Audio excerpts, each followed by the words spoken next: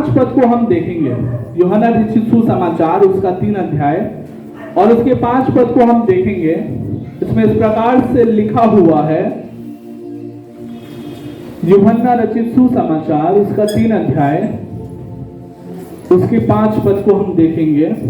इसमें इस प्रकार से लिखा हुआ है, यीशु ने उत्तर दिया, मैं तुझसे सच सच कहता हूं, जब तक कोई मनुष्य जल और आत्मा से न जन्मे तो परमेश्वर के राज्य में प्रवेश नहीं कर सकता। क्या लिखा है? परमेश्वर के राज्य में प्रवेश नहीं कर सकता। अर्थात प्रभु यीशु मसीह इस वचन के अनुसार निकोदेमुस को ये बता रहे हैं कि तुम्हें प्रवेश करने के लिए क्या करना पड़ेगा। स्वर्ग के राज्य में प्रवेश करने के लिए, अर्थात स्वर्ग में प्रवेश करने के लिए क्या करना पड़ेगा। और कई बार मेरे प्रियो कलीसिया से ये प्रचार किया जाता है कि स्वर्ग में जाने के लिए हमें आज के दिन क्या करने की आवश्यकता है। तो यहाँ जो मुख्य बात है, वो मुख्य बात ये है कि प्रवेश करने के विषय में यीशु मसीह जिक्र कर रहे हैं, यीशु मसीह बातचीत कर रहे हैं। और यहाँ पे जो बातचीत है, ऐसी ही बातचीत मत्ती रचित सुसमाचार उसका 18 पद, मत्ती रचित सुसमाचार उसका 18 पद और उसके 18 अध्याय, मत्ती रचित सुसमाचार 18 अध्याय और उसके 3 पद में लिखा हुआ है। मत्ती रचित सुसमाचार उसका 18 अध्याय उसके 3 पद में इस प्रकार से लिखा हुआ है, और कहा, मैं तुमसे सच सच कहता हूं कि जब तक तुम न फिरो और बालकों के समान न बनो, तुम स्वर्ग के राज्य में प्रवेश करने नहीं पाओगे। और यहाँ पे जो वचन बताया जा रहा है, वो वचन किस विषय के लिए बताया जा रहा है?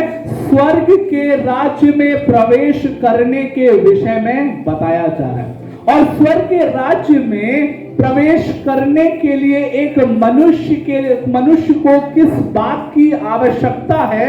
यहां लिखा हुआ है कि मैं तुमसे सच सच कहता हूं, जब तक तुम न फिरो। क्या लिखा है? जब तक तुम न फिरो, अर्थात जब तक हम अपने जीवन में, जब तक हम मन को नहीं फिराएंगे, जब तक हम अपने जीवन में अपने अहंकार से नहीं फिरेंगे, और जब तक हम अपने जीवन में अहंकार से नहीं फिर करके इस बात को मानेंगे कि सिर्फ यीशु मसीह ही है जो हमारे जीवन के पापों को क्षमा कर सकता है, और उसको जब तक हम अपना उद्धारकर्ता नहीं मानेंगे, तब तक हम स्वर्ग के राज्य में प्रवेश नहीं कर सकते। मेरे प्रियो, स्वर्ग के राज्य में प्रवेश करने के लिए आपको प्रभु यीशु मसीह पर विश्वास करना पड़ेगा। आपको स्वर्ग के राज्य में प्रवेश करने के लिए अपने पापों से शुद्ध होना पड़ेगा। आपको स्वर्ग के राज्य में प्रवेश करने के लिए आपके सारे पाप धुले होने चाहिए। और बाइबल क्या बताता है? यीशु के लहू के द्वारा हर एक पाप, सब पाप शुद्ध हो जाते हैं। मेरे प्रियो, हमें इस बात को समझना पड़ेगा कि एक पापी व्यक्ति का प्रवेश स्वर्ग में नहीं हो सकता, और हमारे जीवन से हम अपने पाप को धोने के लिए हम आज के दिन में कैपेबल नहीं है। हमारे पास ये काबिलियत नहीं है कि हम अपने पापों को धो सके। इसीलिए हमें क्या करना पड़ेगा? हमें यीशु मसीह के कार्यों पर, जो उसने क्रूस पर किया है, उस पर विश्वास करना पड़ेगा। और इसमें लिखा हुआ है, मैं तुमसे सच सच कहता हूं कि जब तक तुम न फिरो और बालकों के समान न बनो, तुम स्वर्ग के राज्य में प्रवेश नहीं करने पाओगे। हमें अगर स्वर्ग के राज्य में प्रवेश करना है, तो हमें अपने जीवन में यीशु मसीह को, जैसा परमेश्वर का वचन बता रहा है, उस अनुसार हमें क्या करना पड़ेगा? विश्वास करना पड़ेगा। हमें मानना पड़ेगा कि यीशु मसीह ही है जो हमारे पापों को क्षमा कर सकता है और हमारे जीवन का उद्धार कर सकता है। लेकिन मेरे प्रियो, ये जो उद्धार की बात है, वो प्रभु यीशु मसीह ने हमारे जीवन में एक दान के रूप में दिया है। किस रूप में दिया है? दान के रूप में दिया है। उसने केवल ये बोल दिया है कि तुम केवल विश्वास कर लोगे तो मैं तुम्हें स्वर्ग में प्रवेश देने की अनुमति दे दूंगा, क्योंकि मार्ग और द्वार यीशु मसीह ही है। लेकिन अगर हम पढ़ेंगे इफिसियों 2 अध्याय उसका 8 पद, इफिसियों 2 अध्याय उसके 8 पद में इस प्रकार से लिखा है, क्योंकि विश्वास के द्वारा अनुग्रह ही से तुम्हारा उद्धार हुआ, और यह तुम्हारी ओर से नहीं वरन परमेश्वर का दान है। ये जो उद्धार है, ये जो स्वर्ग में प्रवेश की बात है, ये स्वर्ग में प्रवेश जो है उसके लिए हमें कोई कर्म करने की आवश्यकता नहीं है, परंतु हमें अपने जीवन में विश्वास करने की आवश्यकता है। कई बार लोग इस विषय को कहते हैं कि मनुष्य एक बार उद्धार प्राप्त कर ले तो उसका उद्धार हो सकता है, लेकिन बाइबल के अनुसार अगर हम देखें तो ये उद्धार हमारे कर्मों के अनुसार नहीं है, परंतु परमेश्वर का दान है। ये उद्धार क्या है? ये गिफ्ट है जो परमेश्वर ने हमें दिया है, और परमेश्वर जिस गिफ्ट को देता है वो वापस नहीं लेता। तो इस अनुसार मेरे प्रियो, अगर आपके जीवन का उद्धार हो गया है तो निश्चित तौर पर आप उद्धार खो नहीं सकते, और अगर आपके जीवन का उद्धार हो गया है तो ये निश्चित है, ये 100% सत्य है कि आप स्वर्ग में जाएंगे। हालेलुया। क्या होगा? आप स्वर्ग में जरूर जाएंगे। और बाइबल एक यूनानी शब्द जो प्रवेश का जो यूनानी शब्द है, उस यूनानी शब्द का मतलब है वन टाइम एक्ट, मतलब एक बार की बात है, केवल एक बार ये चीजें हो सकती है। अगर प्रवेश हुआ है तो उसको कोई फिरा नहीं सकता, मतलब दूसरी बार ऐसी चीज नहीं हो सकती कि आप स्वर्ग जाने से आपकी जो टिकट है वो कैंसिल हो जाए। तो ये हमारे लिए आज के दिन आनंद का विषय है। यह हमारे लिए आज के दिन परमेश्वर को धन्यवाद देने का विषय है कि अगर हम प्रभु यीशु मसीह के सुसमाचार पर विश्वास करते हैं और अपने पापों से मन फिराते हैं और परमेश्वर के वचन के अनुसार अपने जीवन को चलाने के लिए परमेश्वर से वायदा करते हैं, तो वो हमारे जीवन का उद्धार करेगा। और जब हमारा उद्धार हो जाएगा तो ये निश्चित है कि हम स्वर्ग में जरूर जाएंगे। इसलिए मेरे प्रियो, यदि आज के दिन आपने अभी तक अपने जीवन में अपने मन को नहीं फिराया है, आप अभी भी अपने अभिमान में हैं कि चलो चर्च चल जाते हैं, चंगाई मिल जाएगी, इतना मेरे लिए काफी है, स्वर्ग कौन जाएगा, जब मरेंगे तब देखा जाएगा। अगर आप इस अभिमान में हैं तो आज के दिन मन फिराइए, क्योंकि परमेश्वर का वचन कहता है जब तक तुम मन ना फिराओ और बालकों के समान ना बनो तो स्वर्ग के राज्य में प्रवेश नहीं कर सकते। सो मेरे प्रियो, हमारे जीवन के लिए आज के दिन ये बात जरूरी है कि हम अपने जीवन में उस परमेश्वर के वचन को माने, ताकि हमारा जीवन कहां प्रवेश कर पाए? स्वर्ग में प्रवेश कर पाए। जितने लोग इस बात पर विश्वास करेंगे उनके जीवन में वे स्वर्ग में प्रवेश कर जाएंगे। और बाइबल कहती है जिनके कान हो वो सुन ले कि आत्मा कलीसिया से क्या कहती है। आइए हम देखेंगे यूहन्ना रचित सुसमाचार उसका 5 अध्याय, यूहन्ना रचित सुसमाचार उसका 5 अध्याय उसके 24 पद में क्या लिखा हुआ है। यूहन्ना रचित सुसमाचार उसका 5 अध्याय उसके 24 पद में परमेश्वर हमसे यही वादा कर रहे हैं। जैसे मैंने आपको बताया कि अगर किसी व्यक्ति का उद्धार हो गया है तो वो उद्धार खो नहीं सकता, और अगर आपका उद्धार हो गया है तो आप स्वर्ग में जरूर प्रवेश करेंगे। कोई व्यक्ति या कोई भी संसार की ऐसी शक्ति या सामर्थ्य नहीं है जो आपको स्वर्ग में प्रवेश करने से रोक दे। और यहाँ पे यूहन्ना 5 अध्याय उसके 24 पद में यहाँ इस प्रकार से लिखा है, मैं तुमसे सच सच कहता हूं, जो मेरा वचन सुनकर मेरे भेजने वाले पर विश्वास करता है अनंत जीवन उसका है, और उस पर दंड की आज्ञा नहीं होती, परंतु वह मृत्यु से पार होकर जीवन में प्रवेश कर चुका है। अर्थात परमेश्वर ने अपनी योजना में जिन लोगों का उद्धार हो चुका है उनको स्वर्ग में प्रवेश दे दिया है। लेकिन समय जब आएगा तो हम शरीर आत्मा के रूप में और शरीर के रूप में भी स्वर्ग में प्रवेश करेंगे। लेकिन परमेश्वर का वचन क्या कह रहा है कि जिस दिन हमारा उद्धार होता है उसी दिन जो प्रतिज्ञा है परमेश्वर की कि तुम स्वर्गीय राज्य में जाओगे वो पूरा हो जाता है और परमेश्वर उसको अपनी पुस्तक में लिख लेता है। यहां पे लिखा है परंतु वह मृत्यु से पार होकर जीवन में प्रवेश कर चुका है। वचन क्या कह रहा है कि जीवन में प्रवेश कर चुका है, अर्थात परमेश्वर ने इन बातों को लिख दिया कि जितने लोगों का उद्धार हो गया है वे जीवन में प्रवेश कर चुके हैं, वे स्वर्ग में प्रवेश कर चुके हैं और वापस उनको स्वर्ग से वापस कोई नहीं ला सकता। अर्थात हमारे जीवन में इस बात को समझने की हमें आवश्यकता है कि अगर सही रीति से हम परमेश्वर के सुसमाचार पर विश्वास कर रहे हैं, उसके वचनों पर चल रहे हैं, हमने पापों से अपना मन फिरा लिया और हमने मान लिया कि यीशु मसीह ही मेरा परमेश्वर है, तो हम स्वर्ग के राज्य में जरूर प्रवेश करेंगे। अर्थात हम स्वर्ग जरूर जाएंगे। हालेलुया। हम कहां जाएंगे? हम स्वर्ग जरूर जाएंगे। और इसमें मुख्य बात क्या है? स्वर्ग जाने के लिए आपको क्या करना पड़ेगा मेरे प्रियो? विश्वास करना पड़ेगा। किस पर विश्वास करना पड़ेगा? यीशु मसीह के सुसमाचार पर विश्वास करना पड़ेगा। किस पर विश्वास करना पड़ेगा?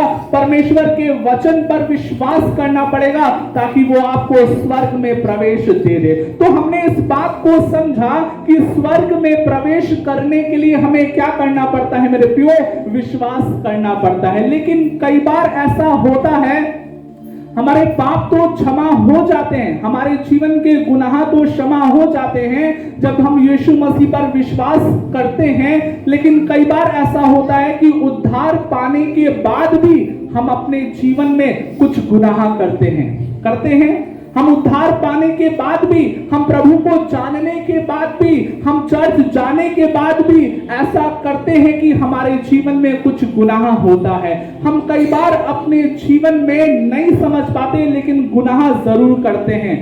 मेरे प्रियो, जब हमारा उद्धार होता है तो परमेश्वर हमें हमारे जीवन में अपना पवित्र आत्मा बसा देता है। और वो पवित्र आत्मा क्यों बसाता है? बाइबल बताती है इफिसियों 1 अध्याय उसके 13 पद में कि पवित्र आत्मा की छाप लग जाती है। और वो वही पवित्र आत्मा की जो छाप लगती है वो हमें अनंत जीवन में प्रवेश करने के लिए हमें क्या करता है? एलिजिबल करता है। मेरे प्रियो, आज के दिन हमारे जीवन में आपका उद्धार तो हो गया, आपने अपने जीवन में यीशु मसीह को अपना उद्धारकर्ता तो मान लिया, आप विश्वास तो कर रहे हैं, लेकिन हो सकता है कि आपके जीवन में गुनाह भी हो। तो आइए हम इस बात को देखेंगे। पहला कुरिन्थियों उसका 6 अध्याय उसके 9 पद और 10 पद को हम पढ़ेंगे।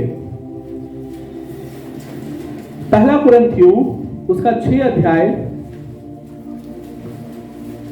उसके 9 पद और 10 पद को हम लोग देखेंगे। इसमें इस प्रकार से लिखा हुआ है, पहला कुरिन्थियों 6 अध्याय 9 पद और 10 पद। इसमें इस प्रकार से लिखा है,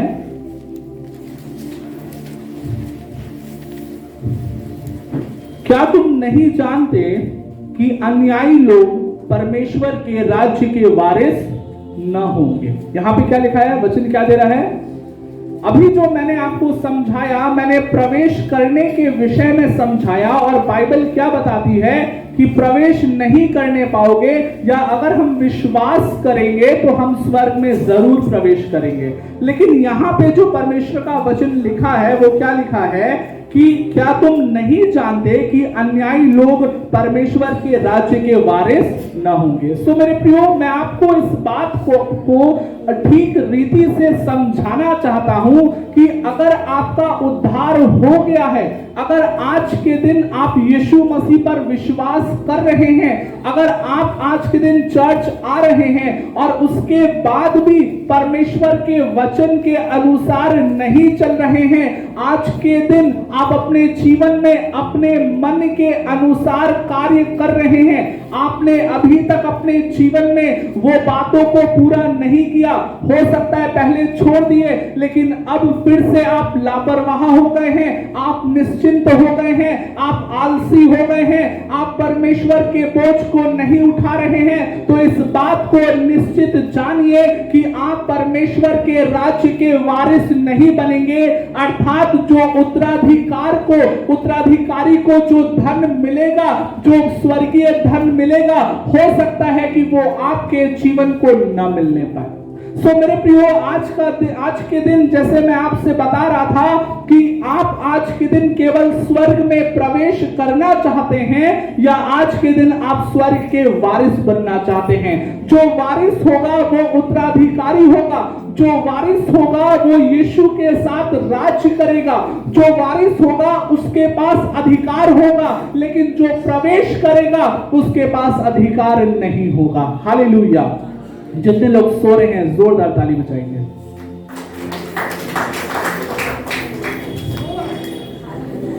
ठीक है, जितने लोग जाग रहे हैं हम जोरदार ताली बजाएंगे। चलिए, जागने वालों की संख्या ज्यादा है, तो हमें आनंदित होने की जरूरत है। जागने वालों की संख्या ज्यादा है, ठीक है। तो मैं आपसे यही बता रहा हूं मेरे प्रियो, कई बार हमारे जीवन में ऐसा होता है कि हम अपने जीवन में उद्धार तो पा लेते हैं, हमारे जीवन में हम परमेश्वर के वचन को तो समझ लेते हैं, लेकिन हमारे जीवन में आदम के स्वभाव के होने के कारण हम अपने जीवन में कई बार पाप कर जाते हैं।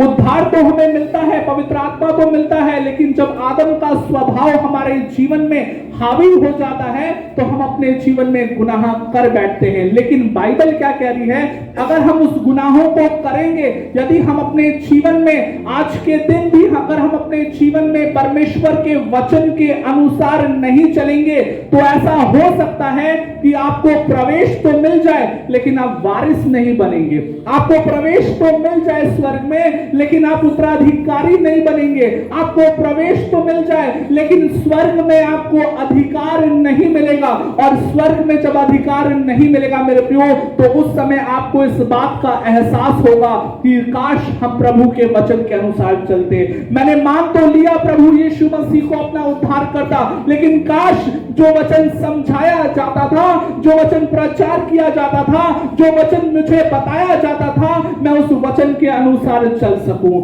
आइए हम देखेंगे पहला कुरिन्थियों 6 अध्याय 9 और 10 पद में। यहां पे जो वचन लिखा हुआ है मेरे प्रियो, ये अविश्वासियों के लिए लिखा हुआ है। यहां पे लिखा क्या है, क्या तुम नहीं जानते कि अन्यायी लोग परमेश्वर के राज्य के वारिस न होंगे?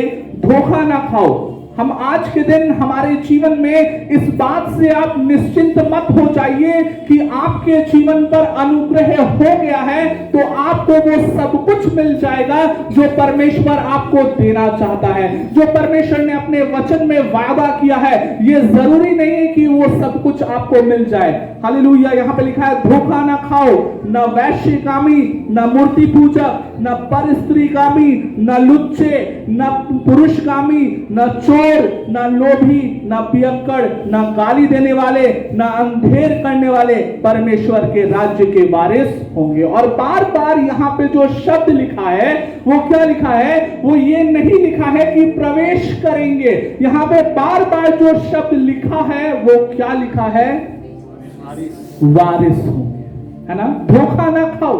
अगर हमारा जीवन, अगर आज के दिन आपका उद्धार नहीं हुआ है और आप अगर इन वचन पे अगर आपका जीवन मैच कर रहा है, मिल रहा है, तो आप धोखा ना खाइए। आप न तो प्रवेश करेंगे और न तो वारिस होंगे। अर्थात एक अविश्वासी परमेश्वर के राज्य में अर्थात स्वर्ग राज्य में न तो प्रवेश करेगा न तो वारिस बनेगा। और दूसरी तरफ मैं आपको ये भी समझाना चाहता हूं कि अगर आपका उद्धार हो चुका है और तब भी आप अपने जीवन में लापरवाही कर रहे हैं, आप प्रार्थना का समय आप नहीं दे रहे हैं, आप वचन पर ध्यान नहीं दे रहे हैं, आपको सिखाया जा रहा है लेकिन आप उस पर से मन नहीं फिरा रहे हैं, आप कलीसिया में सही रीति से संगति में नहीं आ रहे हैं, आपका समर्पण कलीसिया के लिए थोड़ा है, तो इस बात को ध्यान रखिए कि जिस नाप से आप परमेश्वर के लिए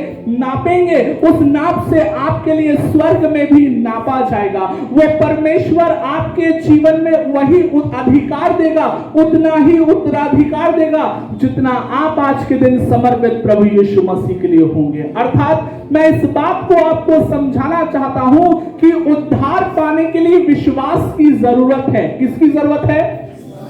उद्धार हमें फ्री में मिल जाता है, उद्धार गिफ्ट है, उद्धार परमेश्वर का दान है, लेकिन वारिस बनने के लिए कर्म करना पड़ेगा।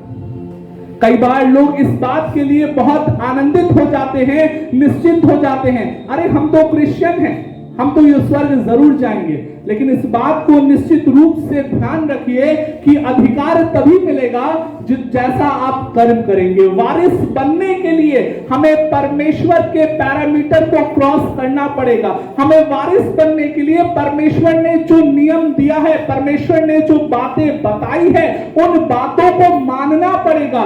अगर उद्धार पाने के बाद हम अपने जीवन में अपने मन के अनुसार चलेंगे और ये सोचेंगे कि मेरा उद्धार हो गया है और परमेश्वर ने मुझे स्वर्ग जाने के लिए आमंत्रण दे दिया है, और हम अपने मन से चलेंगे, तो मेरे प्रियो आप धोखे में हैं। बाइबल कह रहा है धोखा मत खाओ।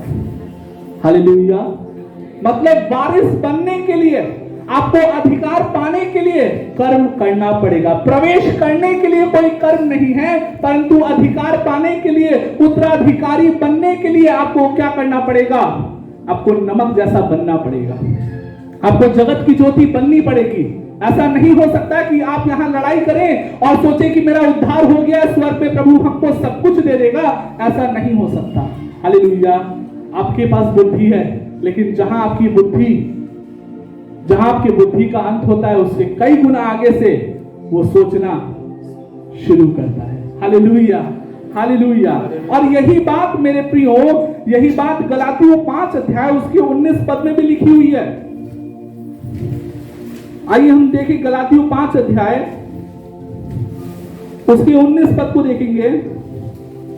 इसमें इस प्रकार से लिखा हुआ है, शरीर के काम तो प्रकट हैं, अर्थात व्यभिचार, गंदे काम, लुचपन, मूर्ति पूजा, टोना, बैर, झगड़ा, ईर्ष्या, क्रोध, विरोध, फूट, विधर्म, डहा, मतवालापन, लीला क्रीड़ा और इनके जैसे और काम हैं। इनके विषय में मैं तुमसे पहले से ही कह देता हूं, जैसा पहले भी कह चुका हूं, पहले भी बता चुका हूं। क्या लिखा है कि ऐसे काम करने वाले परमेश्वर के राज्य के वारिस न हो। हालेलुया। सो हमें आज के दिन इस महत्वपूर्ण बात को समझना पड़ेगा कि ये अंतर है, इन बातों में अंतर है कि हम परमेश्वर के राज्य में प्रवेश करें या हम परमेश्वर के राज्य के वारिस बने। इन दोनों में क्या है? अंतर है। हालेलुया। आप इनको जोड़ नहीं सकते, इन दोनों बातों में अंतर है। प्रवेश करना अलग बात है और परमेश्वर के राज्य का वारिस बनना ये अलग बात है। क्या आज के दिन आप इसके विषय में ध्यान दे रहे हैं? और वारिस का जो यूनानी शब्द है उसको बोलते हैं क्लेरिनोमिया। क्या बोलते हैं? क्लेरिनोमियो। और क्लेरिनोमियो का जो मतलब है वो मतलब है प्रतिफल का उत्तराधिकारी या राज्य में विशेष स्थान का उत्तराधिकारी। क्या मतलब है? प्रतिफल का उत्तराधिकारी। और कई बार बाइबल में हम पढ़ते हैं कि परमेश्वर हमें प्रतिफल देगा।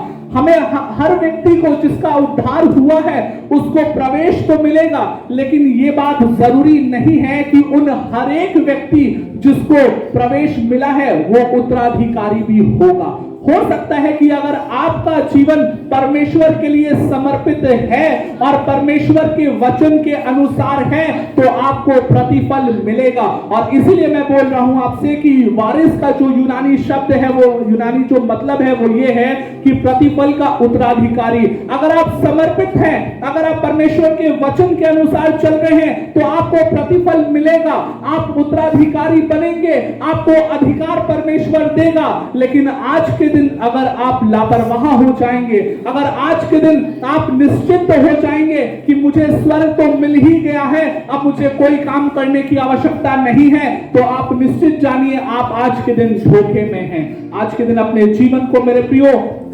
सुधारिए, अपने जीवन को सही करिए। आइए देखिए इफिसियों 1 अध्याय उसके 18 पद में क्या लिखा हुआ है। इफिसियों 1 अध्याय उसके 18 पद, इसमें इस प्रकार से लिखा है, और तुम्हारे मन की आंखें ज्योतिर्मय हो कि तुम जान लो कि उसकी बुलाहट की क्या आशा है। हालेलुया। क्या लिखा है कि तुम्हारे मन की आंखें क्या हो, ज्योतिर्मय हो। परमेश्वर चाहता है कि हम देखें, हम समझें कि परमेश्वर हमारे लिए किन बातों को रखा है। और इसमें लिखा हुआ है, और तुम्हारे मन की आंखें ज्योतिर्मय हो कि तुम जान लो कि उसकी बुलाहट की आशा क्या है, और पवित्र लोगों में उसकी मिरास की महिमा का धन कैसा है। मिरास की महिमा का धन कैसा है, अर्थात वारिस बनने का जो धन है वो कैसा है, उत्तराधिकारी बनने का जो धन है वो कैसा है, उत्तराधिकारी बनने का, मिरास बनने का जो धन है, वारिस बनने का जो धन है, वो ये है कि जितना आप अपने जीवन में परमेश्वर के लिए समर्पित होंगे, जितना आप अपने जीवन में परमेश्वर के वचनों के अनुसार चलेंगे, उतना आपको परमेश्वर स्वर्गीय धन से भर देगा। हालेलुया। आज के दिन मेरे प्रियो, हो सकता है कि हम संसारिक धन में हो सकता है संसारिक धन को पाने के लिए दिमाग लगा रहे हो सकता है कि हम आज के दिन लोभ में फंसे हो सकता है हम संसारिक किसी भी वस्तु के लोभ में या उसके लालच में हो या इनके जैसे और किसी वस्तु में फंसे हुए हैं संसार की। आज के दिन मेरे प्रियो, आप धोखा मत खाइए। आप इस बात को जान लीजिए कि आपकी आंखें अगर पर्वतों की ओर होगी तो पर्वतों के मालिक का जो अधिकार है वो अपने वारिस को जरूर देगा, लेकिन अगर आपकी आंखें इस पृथ्वी की वस्तुओं पर लगी है तो निश्चित जान लीजिए कि वो स्वर्ग का मालिक आपको वो अधिकार जो स्वर्ग में देने वाला है वो नहीं देगा। वो परमेश्वर ये नहीं कह रहा कि मैं तुम्हें प्रवेश नहीं दूंगा, वो कह रहा है कि मैं तुम्हें प्रवेश दूंगा, लेकिन तुम्हारे काम निकम्मे हैं, इसलिए प्रवेश देने के बाद मैं तुम्हें अधिकार नहीं दे सकता, क्योंकि उस अधिकार का इस्तेमाल तुम नहीं कर पाओगे, क्योंकि तुम सोच में, आत्मिक दशा में बालक हो। अभी जिसके कान हो वो सुन ले कि आत्मा कलीसिया से क्या कहती है।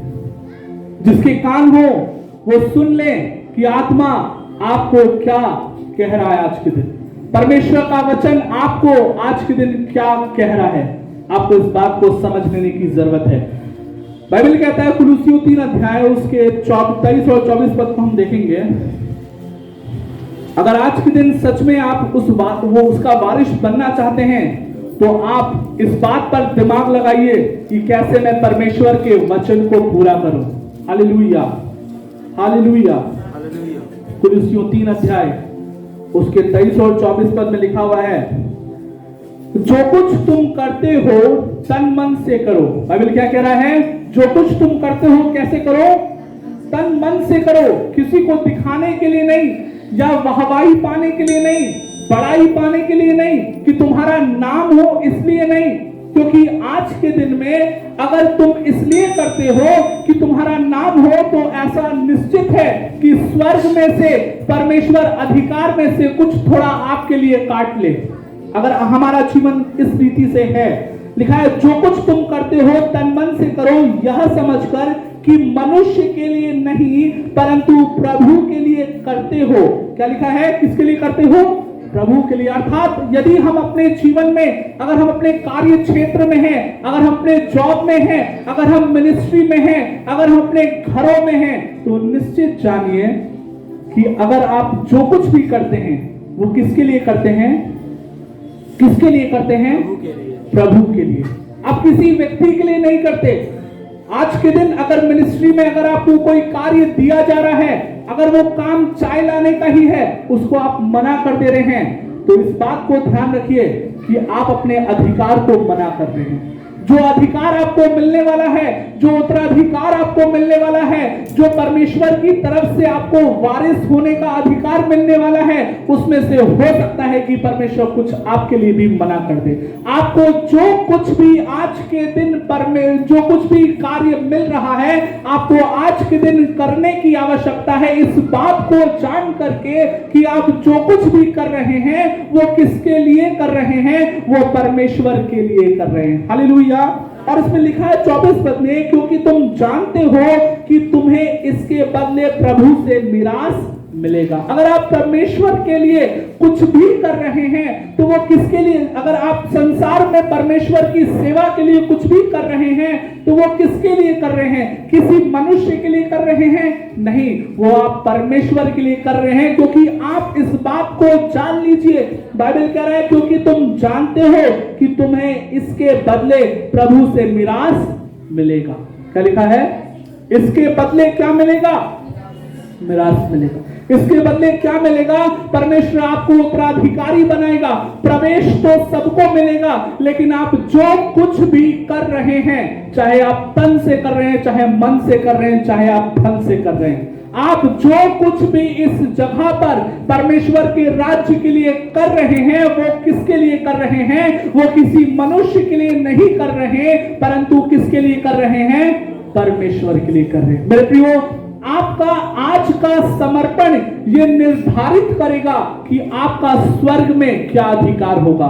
इस बात को अपनी डायरी में लिख लीजिए। आपके आज का समर्पण, अगर आज आप परमेश्वर के काम करने में दिमाग लगा रहे हैं तो आपका स्वर्ग में इस बात का निर्धारण परमेश्वर जरूर करेगा। यदि आज के दिन आप ये सोच रहे हैं कि एक संडे तो कलीसिया गए थे, दूसरे संडे क्या काम है कलीसिया जाने का, स्वर्ग में निर्धारित होगा ये बात। अगर आप सोच रहे हैं कि चलो आज परमेश्वर के राज्य में केवल 200 रुपए बो दे रहे हैं, 500 रुपए बो दे रहे हैं, थोड़ा सा बो दे रहे हैं, तो ये इस बात को निर्धारित करेगा कि आप स्वर्ग में क्या प्रतिफल पाएंगे। इस बात को ध्यान रखिए कि आपकी आज का समर्पण, आपके आज का समर्पण आपके कल के अधिकार को निर्धारित करेगा। अगर आज आप समर्पित हैं तो कल आपको अधिकार मिलेगा। अगर आज आप दिमाग लगा रहे हैं तो कल परमेश्वर की बुद्धि आपको इस बात को समझाएगी कि हाँ, कहीं ना कहीं हमने अपने जीवन में गलत किया। मेरे प्रियो, मैंने अपनी कलीसिया में झाड़ू भी लगाया है, मैंने अपनी कलीसिया का टॉयलेट भी साफ किया है मैंने।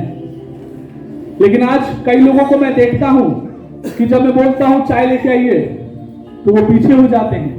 क्यों? वो अपने अधिकार को खो रहे हैं। वो अपने अधिकार को परमेश्वर के राज्य में, उनका निर्णय ये बात निर्धारित करेगा कि स्वर्ग में उनको क्या अधिकार मिल रहा है। कई लोगों को मैं बोलता हूं संडे कलीसिया टाइम पे आइए, लोग टाइम पे नहीं आते। निर्धारित करेगा मेरे प्रियो, संडे कलीसिया हर रविवार आना जरूरी है, लोग नहीं आते। इस बात को, ये बात निर्धारित करेगा कि स्वर्ग में आपको क्या अधिकार मिलेगा। मैं कई बार लोगों को बोलता हूं अपने दान को, अपने दशमांशों को, अपनी कमाई के हिस्से को परमेश्वर के राज्य में बोइए, लेकिन उसमें सबसे ज्यादा लोग दिमाग लगाते हैं। ये बात निर्धारित करेगा आज का समर्पण कल के अधिकार को निर्धारित करेगा। इस बात को अपनी डायरी में लिख लीजिए। और जो कुछ भी आप कर रहे हैं वो किसके लिए कर रहे हैं? वो किसी मनुष्य के लिए नहीं कर रहे हैं। हालेलुया। वो किसी मनुष्य के लिए नहीं कर रहे हैं, परंतु किसके लिए कर रहे हैं?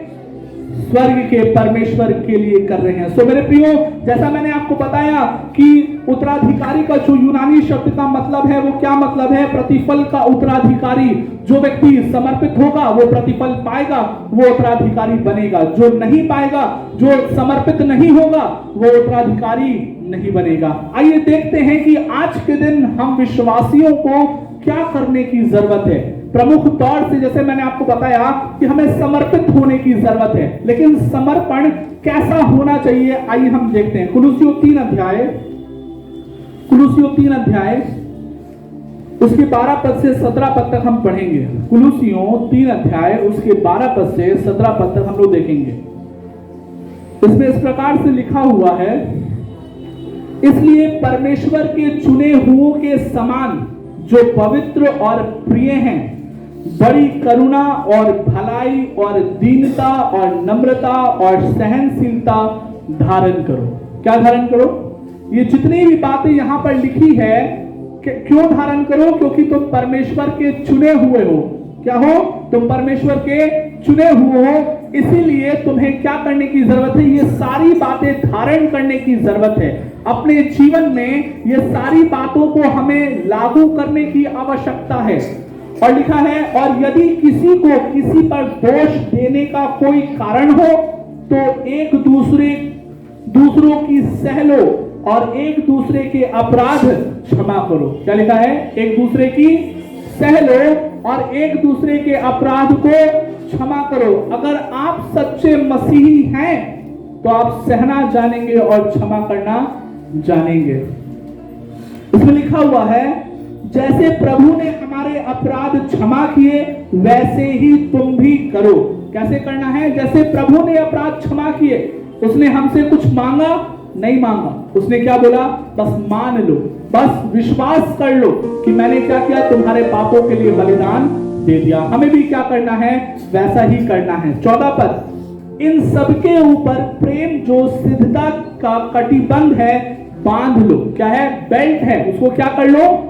बांध लो। क्या हम सिद्ध होने के लिए प्रयास कर रहे हैं? क्या हम सिद्धता की दौड़ में दौड़ रहे हैं? क्या हम सिद्धता को पाने के लिए दौड़ रहे हैं? Hallelujah, hallelujah. क्या हम सिद्धता की दौड़ में दौड़ रहे हैं? सिद्धता को पाने के लिए क्या हम दौड़ रहे हैं? और किस चीज की सिद्धता? परमेश्वर के वचन और आत्मा से परिपूर्ण होने की सिद्धता। हालेलुया। इसमें देखिए लिखा आगे, मसीह की शांति जिसके लिए तुम एक देह होकर बुलाए गए हो तुम्हारे हृदय में राज्य करे। क्या राज्य करे? मसीह की शांति जिसके लिए तुम क्या हो? बुलाए गए हो। वो क्या करे? तुम्हारे हृदय में राज्य करे। और वो राज्य कैसे करेगा? और तुम धन्यवादी बने रहो। 16 पद, मसीह के वचन को अपने हृदय में अधिकाई से बसने दो। और ये जितनी भी बातें हैं मेरे प्रियो, वो बातें हमारे जीवन में तभी लागू हो पाएगी जब हम परमेश्वर के वचन को अपने हृदय में अधिकाई से बसने देंगे। हम अपने जीवन में सिद्ध तब तक नहीं बन सकते जब तक हम परमेश्वर के वचन को नहीं जानते हैं। हम अपने जीवन में सिद्ध तब तक नहीं बन सकते जब तक हम अपने जीवन में परमेश्वर के वचन को नहीं मान रहे हो। हालेलुया। क्या आप समझ रहे इस बात को? हमारे जीवन में परमेश्वर की इच्छा क्या है कि परमेश्वर का वचन हमारे हृदय में अधिकाई से बसने पाए। और आगे क्या लिखा है?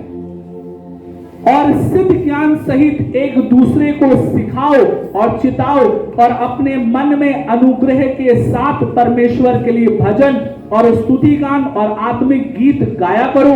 वचन में या काम में जो कुछ भी करो सब कुछ प्रभु यीशु के नाम से करो और उसके द्वारा परमेश्वर पिता का धन्यवाद करो। हालेलुया। अर्थात हमारे जीवन में अगर हम वारिस बनना चाहते हैं, अगर हम उत्तराधिकारी बनना चाहते हैं, तो हमारे जीवन में ये जरूरी है कि हम परमेश्वर के वचन में बढ़ें। हालेलुया। जोरदार ताली बजाएंगे परमेश्वर के लिए।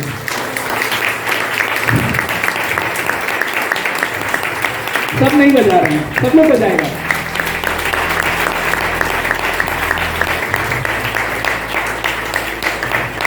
अब अपने लिए बजा लीजिए। आपको पता है ये ताली मैं क्यों बजवा रहा हूं? आप इस बात को ध्यान रखें ना, जब मैं हालेलुया बोलता हूं बीच में, मतलब आप सो रहे हैं।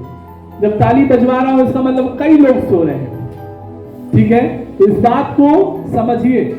अगर मैं हालेलुया बोल रहा हूं इसका मतलब क्या है? आप सो रहे हैं इसलिए बोल रहा हूं। हालेलुया की जरूरत नहीं है यहां पे, लेकिन बोल इसलिए रहा हूं क्योंकि आप सो रहे हैं।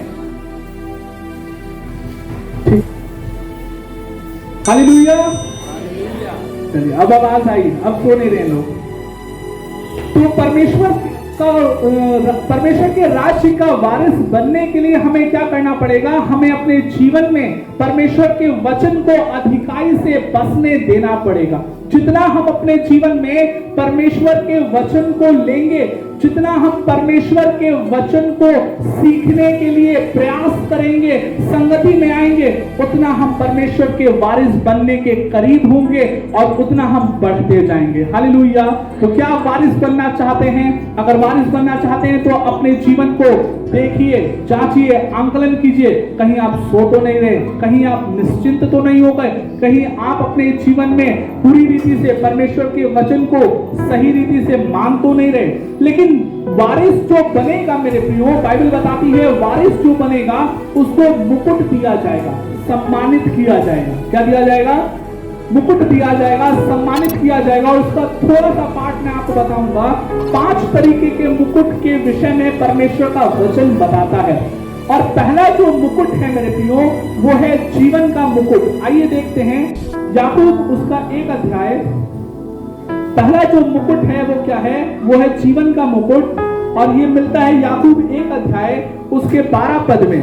याकूब 1 अध्याय, याकूब की पत्री उसका 1 अध्याय उसके 12 पद में बाइबल कह रहा है, धन्य है वह जो मनुष्य परीक्षा में स्थिर रहता है, क्योंकि वह खरा निकलकर जीवन का वह मुकुट पाएगा जिसकी प्रतिज्ञा प्रभु ने अपने प्रेम करने वालों से की है। बाइबल क्या बता रही है कि जितने लोग परीक्षा में क्या हो जाएंगे? सफल हो जाएंगे, परीक्षा से निकल जाएंगे।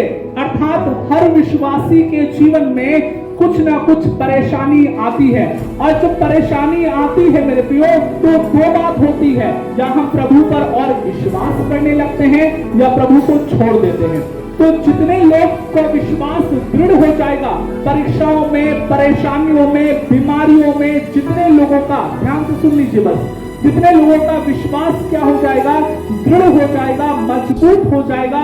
और वो प्रभु को अपनी परीक्षा के समय में थामे रहेंगे, पकड़े रहेंगे और बोलेंगे कि जीना मसीह, मरना लाभ है। मैं मर भी जाऊंगा तो कोई बात नहीं, प्रभु यीशु मसीह मेरे जीवन में कार्य कर रहा है, ये महत्वपूर्ण है। उसने उद्धार दिया, ये महत्वपूर्ण है। मैं प्रभु को कभी नहीं छोड़ूंगा। अगर ये मानसिकता हमारी है तो परमेश्वर हमें क्या देगा? हमें, बाइबल बताती है, हमें जीवन का मुकुट मिलेगा। कैसा मुकुट मिलेगा? जीवन का मुकुट। ये पहला मुकुट है जिसके बारे में मैं आपको बता रहा हूं। और आप देखते होंगे अय्यूब के जीवन में क्या था? उसने अपने जीवन में परेशानियों का सामना किया, लेकिन क्या बोला? मैं तो मां के गर्भ से नंगा आया हूं और नंगा ही जाऊंगा। परमेश्वर ने दिया, परमेश्वर ने लिया, परमेश्वर का नाम धन्य हो। वो एक ऐसा व्यक्ति था, जब परमेश्वर ने दिया तब भी उसने धन्यवाद किया, और जब परमेश्वर ने ले लिया तब भी उसने धन्यवाद किया। क्या जब परमेश्वर आपके जीवन में जब कुछ दुख आता है तो क्या हम परमेश्वर का धन्यवाद करते हैं? और अगर करते हैं तो निश्चित जानिए आपको क्या मिलेगा? बोलिए, क्या मिलेगा? जीवन का मुकुट मिलेगा। दूसरे मुकुट के बारे में हम देखेंगे, धर्म का मुकुट। और इसका वर्णन है दूसरा तीमुथियुस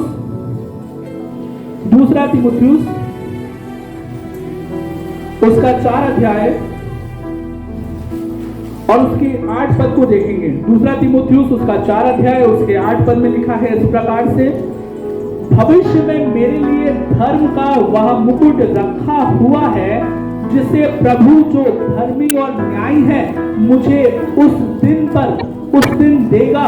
और मुझे ही नहीं वरन उन सबको जो उसके प्रकट होने को प्रिय जानते हैं। हालेलुया।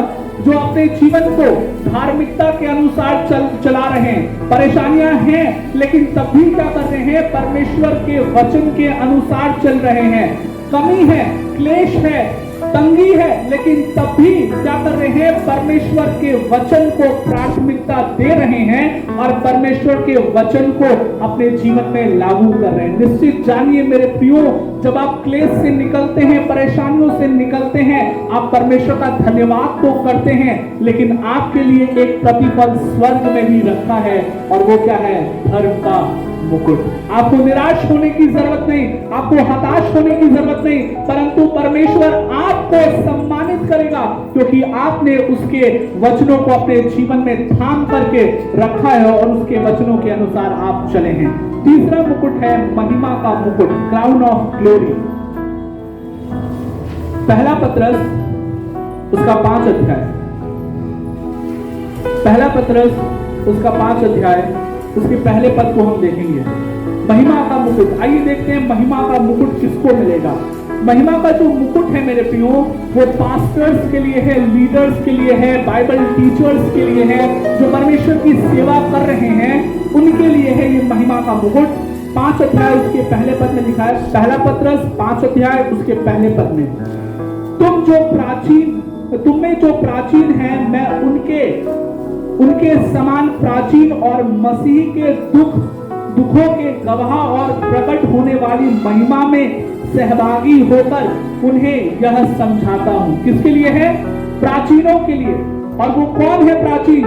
परमेश्वर के दास जो सेवा कर रहे हैं, पास्टर्स हैं, बाइबल टीचर्स हैं, जो इवेंजलिज्म करते हैं, उन लोगों के लिए परमेश्वर कह रहा है। पर अगर चौथे पद को देखेंगे, लिखा है जब प्रधान रखवाला प्रकट होगा तो तुम्हें महिमा का मुकुट दिया जाएगा जो मुरझाने का नहीं। क्या लिखा है? क्या दिया जाएगा? महिमा का मुकुट दिया जाएगा जो कभी मुरझाने का नहीं है। अर्थात महिमा का जो मुकुट है वो किसके लिए है? वो उन लोगों के लिए है जो अपने भेड़ों की चरवाही ठीक तरीके से कर रहे हैं। उनके लिए नहीं है जो भेड़ों को भगा दे रहे हैं, उनके लिए नहीं है जो भेड़ों की बात समझ ही नहीं रहे, उनके लिए नहीं है जो भेड़ों की रक्षा और रखवाली करना जानते नहीं है। किसके लिए है? जो सही तरीके से परमेश्वर के राज्य की सेवा कर रहे हैं। आज के जो जवान है वो कल के अगुवे होंगे। मैं कई बार इस बात को कहता हूं, आज के जवान कल के अगुवे निकलेंगे। आप अपने जीवन में इस बात को समझिए और परमेश्वर की ठीक शिक्षा को लीजिए, ताकि कल जब परमेश्वर आपको अगुवाई सौंपे तो आप भी सही रीति से अगुवाई करने पाए। चौथा जो मुकुट है वो, उस मुकुट का नाम है कभी ना मुरझाने वाला मुकुट। और ये मुकुट उनको मिलेगा मेरे प्रियो जो परमेश्वर में अपने जीवन को पूरी रीति से अनुशासित करके रखे हैं और जो पवित्र आत्मा की अगुवाई में चलते हैं। पहला कुरिन्थियों 9 अध्याय उसके 25 पद को देखेंगे।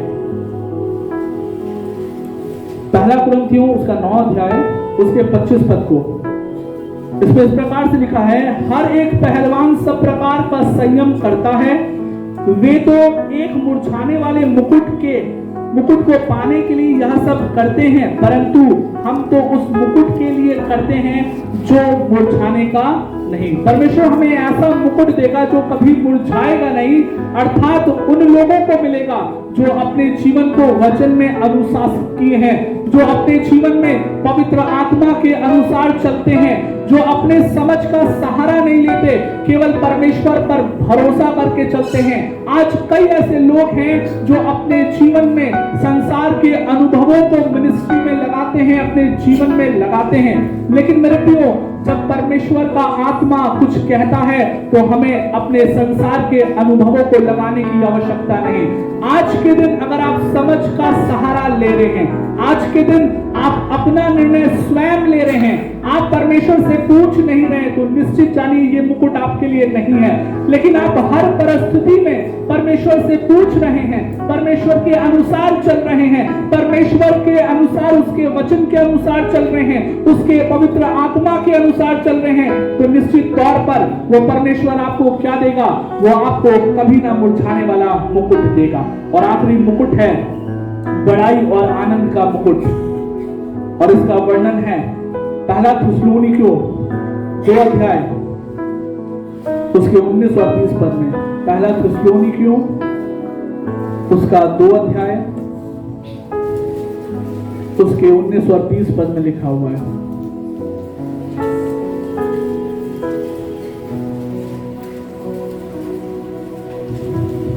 पहला थिस्सलुनीकियों उसका 2 अध्याय उसके 19-20 पद में लिखा है, भला हमारी आशा या आनंद या बड़ाई का मुकुट क्या है? क्या हमारे प्रभु यीशु के सम्मुख उनके आने के समय तुम ही न होगे? हमारी बड़ाई और आनंद तुम ही हो। और ये मुकुट जो है, ये मुकुट उनको मिलेगा जो प्रभु के नाम से सुसमाचार का प्रचार कर रहे हैं। आप में से कई लोग, मैं आनंदित हूं कि आप में से कई लोग इस सुसमाचार को प्रचार कर रहे हैं और ऐसी गवाहियां आ रही है कि आप सुसमाचार कई लोगों को सुना रहे हैं। और ये जो मुकुट है वो उनको मिलेगा जो प्रभु के राज्य को बढ़ाने के लिए सुसमाचार का प्रचार करते हैं और उनके साथ प्रभु के आने के दिन के लिए बाट जोहते हैं, इंतजार करते हैं, ढांढस बांधते हैं और उनको शिक्षा देते हैं और सिखाते हैं। मेरे प्रियो, आप अगर इन मुकुटों को चाहते हैं अपने जीवन में, क्राउन्स को चाहते हैं अपने जीवन में, तो निश्चित तौर पर आप प्रयास कीजिए और जो बातें आपको आज के दिन बताई गई है उन बातों को आप अपने जीवन में जरूर लागू कीजिए। लेकिन अंत में इस वचन को समाप्त करने से पहले एक प्रश्न हर एक व्यक्ति के मन में आएगा और मुझे ये पता है कि हर व्यक्ति इस बात को सोच सकता है कि ठीक है, अगर मैं वारिस नहीं बनूंगा कोई दिक्कत नहीं है, मैं स्वर्ग में तो प्रवेश कर जाऊंगा ना। हाँ, ये प्रश्न ये किसी के मन में आया। कई बार लोग ये सोच सकते हैं कि ठीक है, मैं वारिस नहीं मुझे मिलेगा, मुझे अधिकार नहीं मिलेगा, कोई बात नहीं, मैं तो परमेश्वर के राज्य में अर्थात स्वर्ग में प्रवेश करूंगा। लेकिन मेरे प्रियो, इस बात को ध्यान रखिए, जो वारिस बनेगा वो अनंत काल के लिए वारिस बनेगा, एक दिन दो दिन के लिए नहीं। जो वारिस बनेगा वो कब तक के लिए बनेगा? अनंत काल के लिए। फिर उससे वो अधिकार कोई छीन नहीं सकता, अनंत काल के लिए। अगर आप प्रवेश करेंगे तो अनंत काल के लिए प्रवेश करेंगे, फिर आपको दूसरा मौका नहीं मिलेगा कि आप वारिस बन सके। पहली बात। दूसरी बात, जो वारिस बनेगा मेरे प्रियो, वो यीशु मसीह के साथ 1000 साल तक राज्य करेगा और जो केवल प्रवेश करेगा वो राज्य नहीं करेगा। तीसरी बात, जो वारिस बनेगा उसके पास ये अधिकार होगा कि उसके पास परमेश्वर और करीब हो सकता है कि वो यीशु के और करीब रहे। लेकिन अगर आप वारिस नहीं होंगे, हो सकता है केवल आप प्रवेश किए हो तो आप आखिरी पंक्ति में हो सकता है परमेश्वर के करीब उस समय में ना हो। लेकिन ये जो अंतर रहेगा वो 1-2 साल के लिए नहीं रहेगा, ये अंतर आपके लिए अनंत साल के लिए रहेगा, मतलब अनंत काल के लिए रहेगा। मेरे प्रियो, जब आप स्वर्ग जाएंगे और आपके पास अधिकार होगा तो आपको ये महसूस होगा कि हाँ, मैंने परमेश्वर के लिए कुछ कार्य किया है। लेकिन अगर आपके पास अधिकार नहीं होगा तो आपको ये भी महसूस होगा कि क्या काश मैं परमेश्वर के लिए कार्य कर लेता। आपको पता है कि पौलुस अपने वचन में पत्री में लिखते हैं कि मैं तीसरे स्वर्ग में उठा लिया गया, नहीं पता देह रहित या देह से। अर्थात आप ये जानते हैं कि स्वर्ग के भी कई लेवल हैं। हो सकता है कि आपको स्वर्ग में प्रवेश मिल जाए, लेकिन जिस लेवल में परमेश्वर स्वयं उपस्थित है गहराई से, उस लेवल में आपको हो सकता प्रवेश न मिले। मेरे प्रियो, अगर आप वारिस बनना चाहते हैं तो अपने जीवन में आज से समर्पण को बढ़ा दीजिए। आज से अपने जीवन में वो करिए जो परमेश्वर का वचन कहता है। एक वचन फिर से खोलेंगे, रोमियो 8 अध्याय उसका 16 और 17 पद। देखिए उसमें क्या लिखा है। रोमियो 8 अध्याय उसके 16 और 17 पद में लिखा है, आत्मा आप ही हमारी आत्मा के साथ गवाही देता है कि हम परमेश्वर की संतान हैं, और यदि संतान हैं तो वारिस भी हैं, वरन परमेश्वर के वारिस और मसीह के संगी वारिस। क्या लिखा है? मसीह के संगी वारिस। अर्थात जो वारिस होगा वो निश्चित है और बहुत ज्यादा उम्मीद है कि वो परमेश्वर अर्थात यीशु मसीह के बहुत करीब रहेगा। क्या लिखा है? संगी वारिस भी हैं कि जब हम उसके साथ दुख उठाएं तो उसके साथ महिमा भी पाए। अर्थात अगर आज के दिन आप प्रभु के लिए समर्पित होंगे, अगर दुख उठा करके परमेश्वर के कार्य को करेंगे, अगर आप आज के दिन अपने कंफर्ट जोन से निकल करके परमेश्वर के लिए समर्पित होंगे तो निश्चित तौर पर परमेश्वर आपको महिमा देगा। जो दुख उठाएगा वो महिमा भी पाएगा, जो दुख उठाएगा उसको अधिकार भी मिलेगा। जो निश्चित रहेगा हो सकता है केवल प्रवेश करे, और हो सकता है अगर उसका उद्धार नहीं हुआ हो तो वो प्रवेश भी ना करे। आमेन, आमेन। आइए हम प्रार्थना में चलेंगे।